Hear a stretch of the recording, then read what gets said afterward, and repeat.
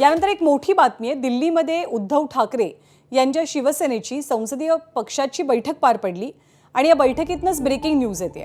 ठाकरेंच्या शिवसेनेच्या फुटलेल्या 6 खासदारांना बैठक सुरू झाल्यानंतर या बैठकीत उपस्थित असलेल्या 4ही खासदारांनी संपर्क साधण्याचा प्रयत्न केला। उद्धव ठाकरेंशी चर्चा करून अनुपस्थित राहिलेल्या 6 खासदारांना संपर्क साधला गेला। याच दरम्यान संजय दिना पाटील यांना सुद्धा फोन लावला गेला।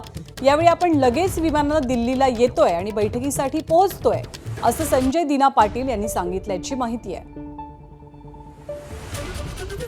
अधिक माहिती देतात वेदांत नेम। खरतर वेदांत, गेल्या 2-3 दिवसांपासून प्रत्येक वेळेला संजय दिना पाटलांचं कुठलं ना कुठलं तरी एक वेगळंच वक्तव्य समोर येत आहे। या बैठकीसाठी त्यांनी नेमकं काय विधान केलं, कसा संवाद साधला सेनेच्या खासदारांसोबत? ठाकरेंच्या शिवसेनेकडून अगदी शेवटच्या क्षणापर्यंत प्रयत्न केले जात होते संपर्क साधण्याचे। जे 6 खासदार फुटलेले आहेत त्यामध्ये संजय दिना पाटील जे वारंवार म्हणत होते की मी बैठकीला हजर राहणार, त्यांना सुद्धा संपर्क साधण्यात आला। त्यांनी सांगितले की मी बैठकीला हजर राहतो, मी थोड्या वेळातच बैठकीला येतोय।